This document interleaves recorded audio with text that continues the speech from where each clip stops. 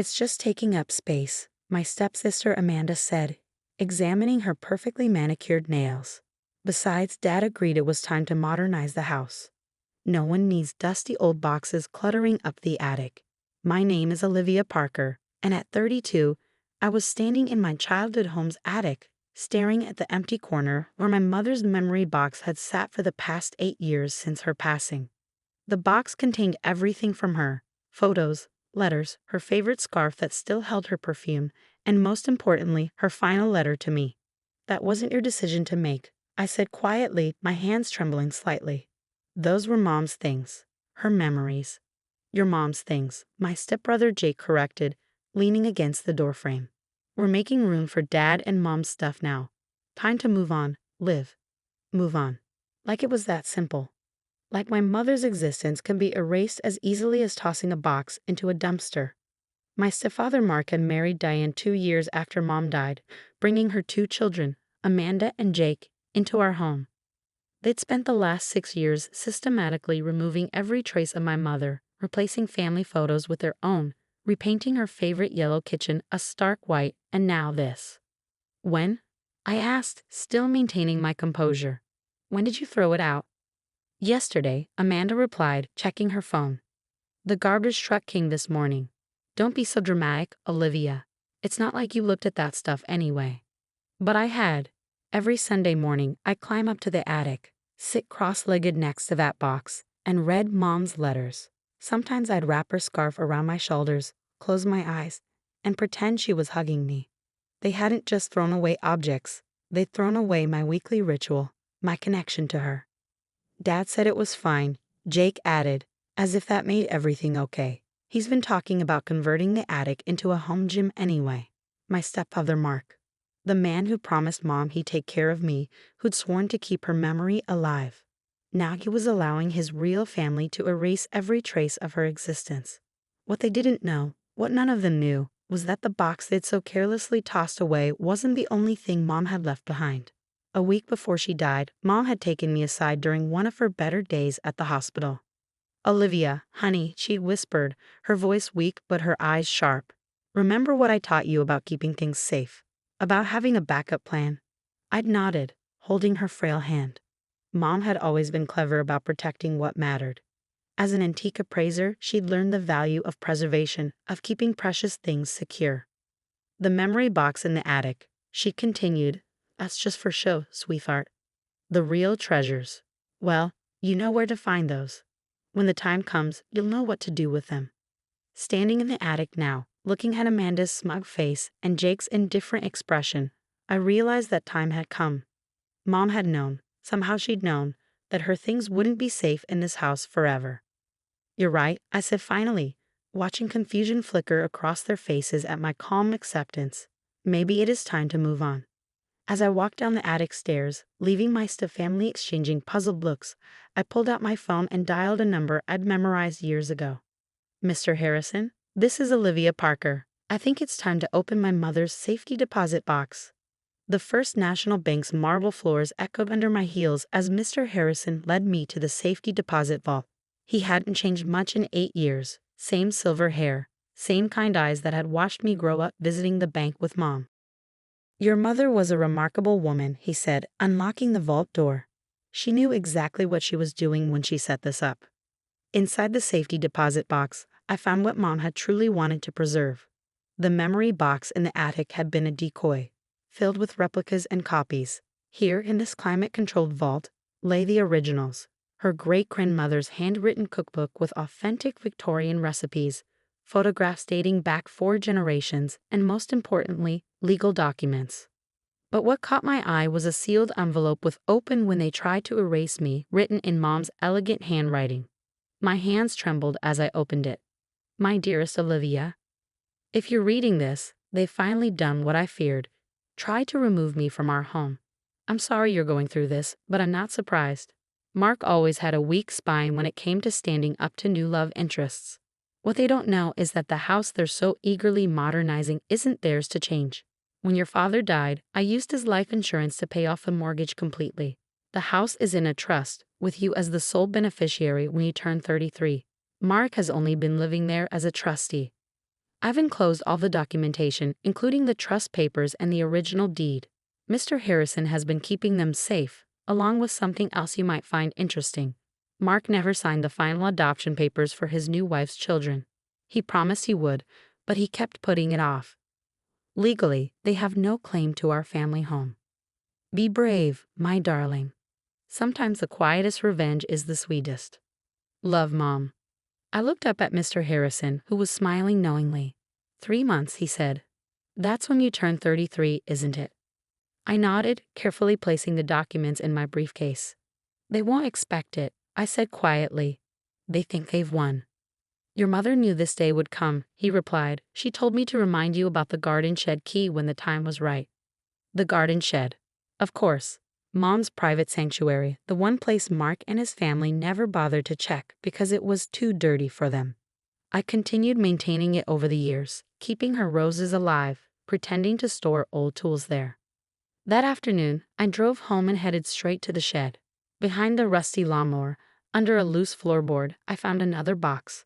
This one contained USB drives, dozens of them, each labeled meticulously. Mark's promises to Catherine, house payments, legal discussions about adoption. Mom had recorded everything. I plugged the first drive into my laptop. There was Mark, 8 years younger, sitting by Mom's hospital bed. I'll never let anyone forget you, Catherine. This will always be your home, your family's legacy, I promise. Another video, Mark discussing the house with Mom's lawyer, acknowledging it would pass to me at 33, agreeing to be merely a custodian of the property until then.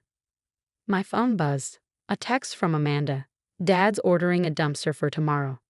Time to clear out that shabby shed of yours. I smiled, typing back. Perfect timing. I was just going through some old family videos. Want to watch them together. There's one of Dad making some interesting promises you might want to see.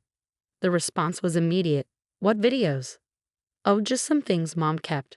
She was always good at preserving important moments. By the way, how's the attic gym planning going? My phone remained silent after that. I could imagine the panic starting to set in, the realization that perhaps they'd acted too hastily in throwing away what they assumed was my only connection to Mom. Standing in the shed, surrounded by the evidence of my mother's foresight, I felt a deep sense of peace. Mom hadn't just left me memories, she'd left me the means to protect our home, our history, and her legacy. In 3 months, I would inherit everything legally, but for now, I had something just as valuable. The knowledge that justice was coming served exactly the way Mom would have wanted it, carefully planned, perfectly documented, and completely irreversible. I picked up my phone one more time, sending a message to Mr. Harrison. Time to prepare the paperwork. Mom would want everything done properly. His response made me smile. Your mother would be proud. She always said you had her patience, and her spine. The next 3 months passed like a carefully choreographed dance. I watched as my stepfamily grew increasingly nervous, especially after I casually mentioned during dinner that I'd been digitizing some of Mom's old recordings for preservation. Mark nearly choked on his wine. Recordings? Oh yes, I said, cutting my food with deliberate precision. Mom was quite thorough about documenting important conversations. Must be why she was such a successful antique appraiser, always verifying authenticity. The tension in the house became palpable. Amanda and Jake stopped their smag comments about clearing out my junk. Instead, they watched me warily, especially when I spent time in the garden shed, which they now avoided like the plague. 1 week before my 33rd birthday, Diane, my stepfather's wife, cornered me in the kitchen. Look, Olivia, she started, her voice sickly sweet. Perhaps we've been a bit hasty with some changes. We could help you look for some of your mother's things in storage. The memory box you threw away? I kept my tone light. Don't worry about it. As Mom always said, the real treasures are the ones you keep safe. Her face paled slightly. What exactly does that mean? You'll find out soon enough. The day of my 33rd birthday arrived bright and clear. I'd arranged for Mr. Harrison to come to the house, bringing all the necessary paperwork. When the doorbell rang at exactly 10 a.m., Mark answered it, his face dropping at the sight of the lawyer. Family meeting, I announced, setting up my laptop on the dining room table. There's something we need to discuss. They gathered reluctantly, Mark, Diane, Amanda, and Jake. all wearing expressions ranging from confusion to outright fear. First, I began, "Let's watch a short video." I pressed play, and Mom's face appeared on the screen, healthy and strong, recorded years before her illness. She was sitting in her office, holding up documents to the camera. "This is the deed to our house, fully paid off," Mom's voice rang clear. "And this is the trust agreement, stating that everything passes to my daughter Olivia on her 33rd birthday. Mark, you're agreeing to be a trustee only, correct?" The video showed Mark nodding emphatically.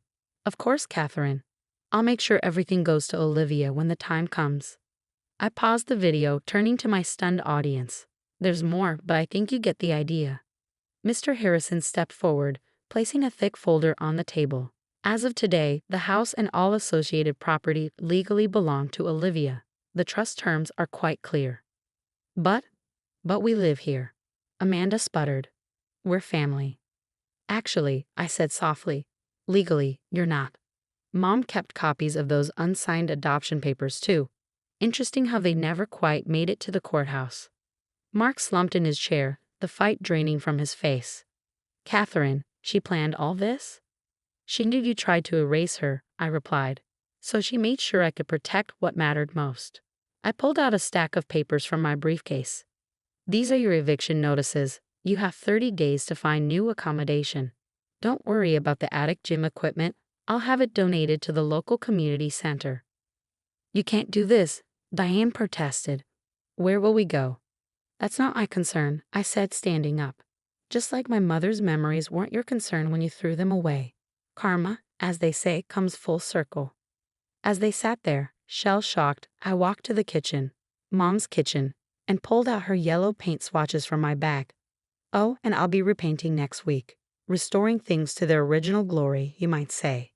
Over the next month, I watched as they packed and moved out, taking with them the modern furniture and stark decorations they'd used to cover up Mom's touches. With each box they removed, the house seemed to breathe easier. The day after they left, I climbed up to the attic, now empty of their exercise equipment. In the corner where Mom's memory box had once sat, I placed a new box, filled with the real photos, letters, and mementos from the safety deposit box. Her scarf, the original one preserved in climate-controlled storage, still carried a hint of her perfume.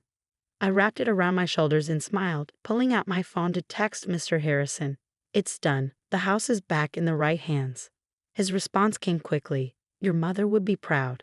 She always said the best revenge isn't served cold. It's served with perfect documentation." Sitting there in the attic, surrounded by the restored memories of my mother, I felt at peace. Sometimes justice doesn't come in grand gestures or loud confrontations. Sometimes it comes quietly, carefully planned, and perfectly executed, just like Mom would have wanted. The next morning, I hung Mom's favorite painting back in the living room, a watercolor of our garden in full bloom. As I stepped back to admire it, I could almost hear her laugh, could almost feel her presence in the house again. Her memory wasn't just preserved in boxes and documents, it was alive in every corner of the home she protected for me, waiting for the right moment to remind everyone that some legacies can't be erased.